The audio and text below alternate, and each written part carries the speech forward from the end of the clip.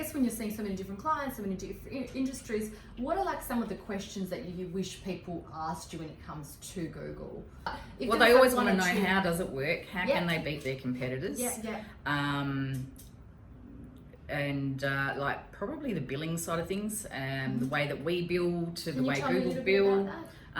We usually, as our model is, we get clients to pay their Google budget direct. We don't take any kind of margin on that.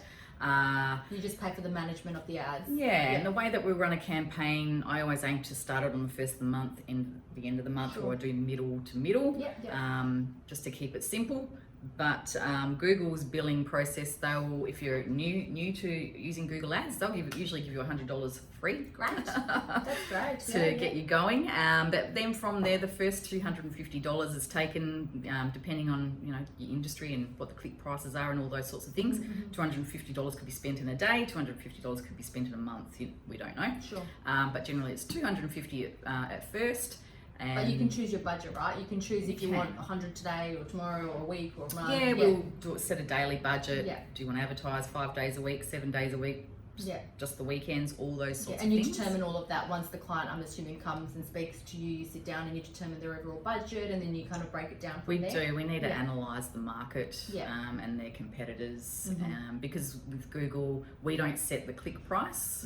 That's all based on competition and it's like an auction. So supply and demand, really, isn't it? The more, from my understanding, it's the more people that are looking for something. Sometimes the price is higher. Is that how it works? Oh, look, even some of the competitors can put, if you're in a competitive industry and you only want to pay $5 for this particular keyword, but Bob over here is doing really well, he's a bit bigger than you, he might go, oh, I'll pay 20.